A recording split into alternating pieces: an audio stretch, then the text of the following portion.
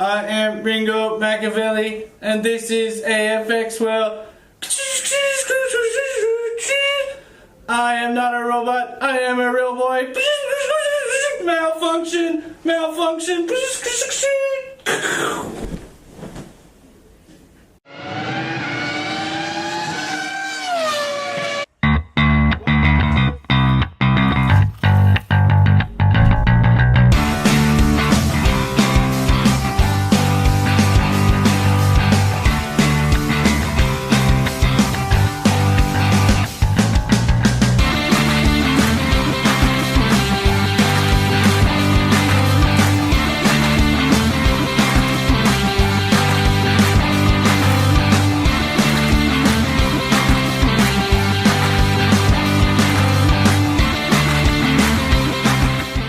Welcome back, viewers, to another episode of AFX World Season 3. We made it! Season 3!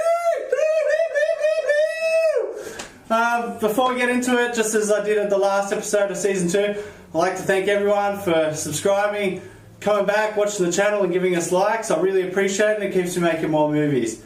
So without that said, let's get into it. Season 3, second episode. Hot Wheels! I bought these because I was on search for the 440X2 Tyco chassis, which these run the same, and I couldn't find the exact one I wanted, so I went with these instead. So today we're going to be open them up, do a little bit of comparison, do a bit of a review, and then give them a test on a Hot Wheels inspired test track, which we'll do it here. Yeah. So without further delay, let's get to the review. Okay, so here we go. I've got my Hot Wheels cars, I've got my 4 cars, which I want to do the chassis comparison so you can just see the differences. I've got the Viper, Mega G, the Turbo, and the Mega G Plus. Yeah, as you can see, this isn't a new pack either. Hot Wheels, I think, still do make the slot cars, but this one's obviously been sitting around on someone's shop window, so you can see from the light has discoloured the plastic. But that's alright, because we're just going to cut it open and pull these cars out. Pretty excited about this actually, because get in there, go on. Yeah, pretty excited because I bought these weeks ago and I haven't played with them, so obviously it's pretty cool when you get new stuff, but you want to get it out straight away, but haven't had that chance to. I've been waiting to make Season 3. Oh, these are the best scissors. Make sure if you're going to cut open package, get yourself a pair of good scissors. These scissors are pretty bad. Oh yes, we'll pull out the Corvette first. Oh, jeez, could have opened this a little bit better. Oh, geez, that's weird how they... Oh, look at that. Woo! Corvette. Now for the Viper, I'll probably end up speeding this up because these scissors are terrible. Yeah.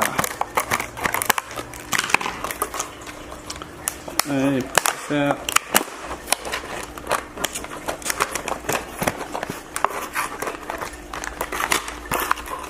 Okay. Pull this off. There. Viper V10, nice. Wheels look a little bit deteriorated. Obviously, it's just been in the pack for so long. Straight from first glance, it's geez, they actually look quite very different. Just have a look. They've got extra guardings here. There's air vents in the the plastic sleeve. The magnets kind of, when you go into comparison, they look the same. Tyres are extremely different. These tyres seem to have like a more of a, I guess, a soft rubber compound. It sort of looks like it's a bit rough as well. I don't know if you can see the roughness on that compared to, so let's say the AFX car with the, it's just a bit, I don't know, more coarse, I guess, if you would call it. Even the front is a little bit, so obviously the AFX quite big around here with extra seat, whereas this is sort of hollow. But you still got pickup shoes, still got an armature. It's a little bit more exposed there compared to there. So all in all, it's pretty much the same. They're pretty much the same, I guess. Let's I'll pop one off. Let's see if they come. Oh, they came off pretty easily. So on top, let's go with this one.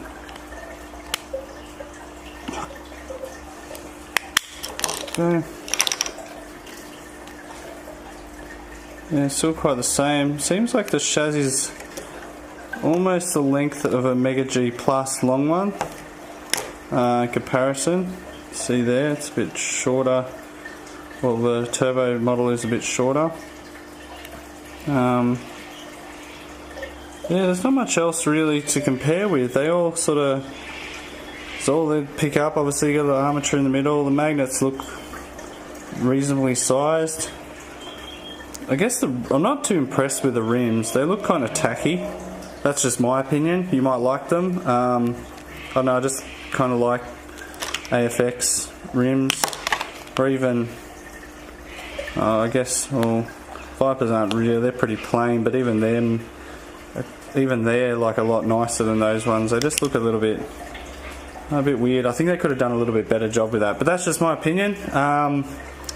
Yeah, I guess we'll just, so what we'll do is we'll put this back together and get to the fun part, which is doing building a track and doing a comparison and seeing how these ones match up. Obviously they're stock. You can upgrade these, like you can upgrade the other ones as well, but we just want to compare them stock for now down the track. I might add magnets, change the armatures, but oh geez, that didn't go in too well, did it? But for now we just want to, yeah, just open them up on the track, see how they go, handle, and yeah, go from there.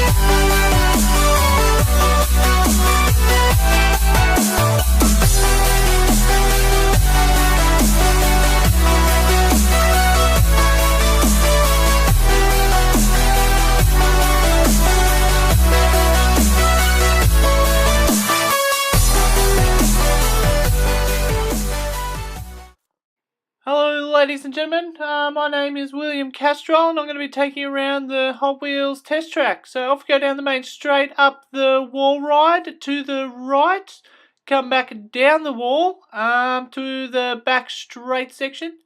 That's that little bit of acceleration underneath the bridge. I don't know, my car's having a bit of problem there. That's right, up to the first loop. I don't know what that is. I'm just going to keep driving and just forget it's not there underneath the bridge. Just dodge a bit of the track underneath another bridge and up the second loop now. There it is again, underneath the bridge. And down to the back loop. When we get there, going to talk to my mechanic about this car once we're done. I'm not very impressed. And down we go. Get on the acceleration again to another wall ride. We're going to go up and to the right again. And down to the bottom. Yep, there we go. To the right and to the left. To the left, yep, and then the right, and then we're done. I'm William Castro. Thank you very much.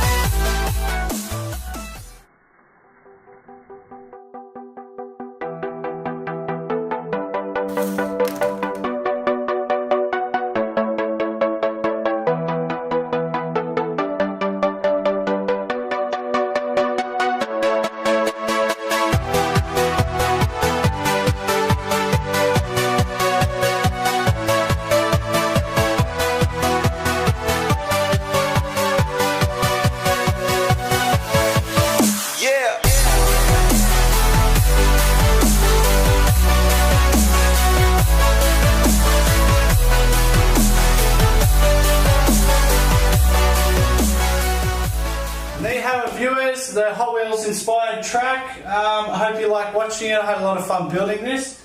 They go alright, I should see from the footage. They're kind of on par with the standard, well, all of them in the little aspects, but it's hard to say, obviously, because the straight isn't long enough. We'll have to wait until I get into, like, I want to do a video down the track where it's going to be an epic drag, where we get all of them lined up and see if we can just drag them all and do it over a distance and see which one comes in anyway.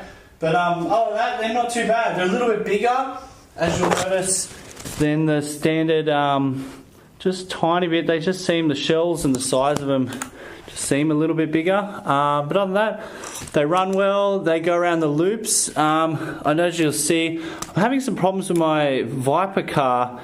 I did, after the second season, before I started this video, I went ahead and cleaned as much of the gunk out as I could because it was running a bit rough, and it still is running a bit rough, but I only got these last two magnets out and cleaned out the sides. I think it needs a whole strip down and then a clean, and hopefully that fixes it up. But yeah, I don't know if you can hear that, but it's just running really rough. It's not really getting its contacts, so a bit disappointed, but at the same instance it might just need cleaning. So yeah, not to worry, I'll get to that and maybe even do a video on it or something. We'll have a see. But yeah, as with the Mega G Plus too, the Viper scale racing cars don't go around the loop. They make a god-awful noise, as you'll hear. You can get them to go around, but it's on high speed, and I just see when you're going up or you're going down, the actual front wheel jumps off. I think it's just because of the size of the wheel. And as you can see, I've already creased the front of the casing just from where it's just digging into the track. Oh god, it's like running your fingernails down a chalkboard. But other than that, yeah, it was good. I had a lot of fun building this track. Hope you had a lot of fun watching. If it's the first time watching us, give us a like, subscribe, head to our Facebook, give us a like there. And oh, actually wait, before we go, this is for one of our subscribers, Charles Flaherty. He asked question, how much track do I have? Well, as you can see, I've got all this lay up here, and because I made a bit of a mess, it was just piled in from last season. This is the rest of the track I got. I'm in the market for more tracks, so if anyone's got some track they want to sell, yeah, shoot me a line. I'm willing to buy it, as long as it's a reasonable price. But yeah, as you can see, Charles, yeah, I've got fair few mediums, quite a few longs. These are all my start tracks. A lot of curves, half curves, quarter curves, mini curves. That's all left. I couldn't make another loop. I've got some short straights and these are all the crossovers. So there's my box of stands and barriers. They're all my controllers, and they're my powers, power sources as well, or adapters if you would. And then I've got two more of them there and three more controllers. So yeah, I hope that answers your question, Charles. But yeah, like I said, getting back to it, stay tuned for more videos. I'm Ringo Machiavelli signing out.